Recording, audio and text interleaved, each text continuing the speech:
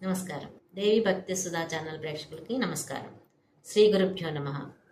ఈరోజు మనం సౌందర్య లహరిలోని 5వ శ్లోకాన్ని నేర్చుకోబోతున్నాం. సౌందర్య లహరిలో 1, 3, 5 శ్లోకాలు చాలా మహిమాన్వితమైన శ్లోకాలు. ఈ శ్లోకం యొక్క ముఖ్య ఉద్దేశం త్రిమూర్తులైన బ్రహ్మ, విష్ణు, మహేశ్వరుల యొక్క శక్తి కంటే కూడా అమ్మవారి యొక్క శక్తి చాలా అత్యున్నతమైనది అని చాటి చెప్పడం ఈ శ్లోకం యొక్క ముఖ్య ఉద్దేశం.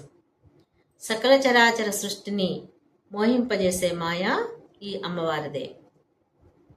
ఆ మాయ నుండి మనల్ని రక్షించి అఖండ సౌభాగ్యాలను ఇచ్చేది కూడా ఆ తల్లే అని శరణాగతి వేడటమే ఈ శ్లోకం యొక్క పరమార్థం. ఇప్పుడు మనం శ్లోకాన్ని నేర్చుకుందాం. హరిస్వాం ఆరాధ్య ప్రణత జన సౌభాగ్య జననీ పురాణారీ భూత్వా పురరిపుమపి క్షోభమనయత్ స్మరోపి త్వాం న త్వాం రతినయనలేయేన వపుషా మునీనామప్యంత ప్రభవతి మోహాయ మహతాం.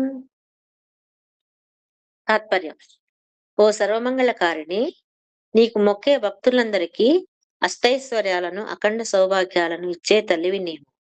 పూర్వం శ్రీ మహావిష్ణువు నిన్ను పూజించటం వల్లే మోహిని అవతారాన్ని ఎత్తగలిగాడు. ఆ రూపంతో జితేంద్రియుడైన పరమశివుణ్ణి సైతం ఆయన మోహపెట్టగలిగాడు.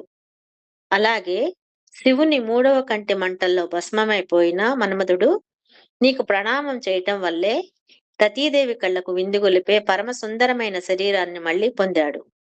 ఆ దివ్య సౌందర్యంతోనే అతడు ఇప్పుడు జితేంద్రియులైన గొప్ప మునుల మనసులను సైతం సైగలతో మోహింపజేయగలుగుతున్నాడు.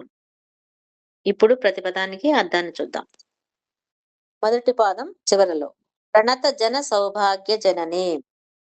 నమస్కరించిన భక్తులకు ఐశ్వర్యాన్ని, సౌభాగ్యాన్ని ప్రసాదించే ఓ తల్లి, హరిహి త్వాం ఆరాధ్య, శ్రీ మహావిష్ణువు నిన్ను ఆరాధించి, పూర్వకాలంలో నారీభూత్వా, మోహిని రూపం అనే అందమైన స్త్రీగా మారి, పురరిపం అపి, త్రిపురాసురుల శత్రువైన ఆ పరమశివుణ్ణి సైతం క్షోభం అనయత్, మోహ పరిగృహితుణ్ణి లేదా చిత్త చాంచల్యం పొందేలా చేశాడు.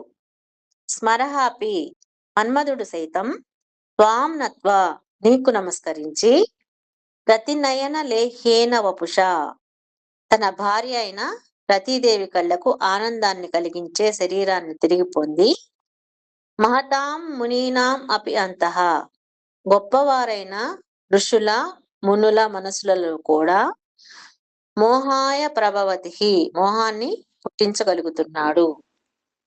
అనగా, ఓ ప్రణత జన సౌభాగ్య జనని, విష్ణుమూర్తి నిన్ను ఆరాధించి మన్మధుని బూడిద చేసిన పరమశివుని సైతం మోహపెట్టగలిగాడు. ఆ పరమశివుని చేత భస్మం కాబడిన మన్మధుడు నిన్ను ఆరాధించటం వల్లే గొప్పవారైన మునుల మనసుల్లో కూడా మోహాన్ని పుట్టించగలుగుతున్నాడని అర్థం. ఈ శ్లోకం యొక్క విశేష ఫలితాలు. ఈ శ్లోకాన్ని నిష్ఠతో జపించటం వల్ల సమాజంలో విశేషమైన జనాకర్షణ, వాక్చాతుర్యం లభిస్తాయి. భార్యాభర్తల మధ్య అనురాగం పెరుగుతుంది. అద్భుతమైన వ్యక్తిత్వం, ముఖములో ఒక దివ్యమైన వర్చస్సు, మనోహరమైన రూపం సిద్ధించి శత్రువులు సైతం మిత్రులుగా మారుతారు. అఖండ లక్ష్మీ కటాక్షం కలుగుతుంది. శ్రీమాత్రే నమః.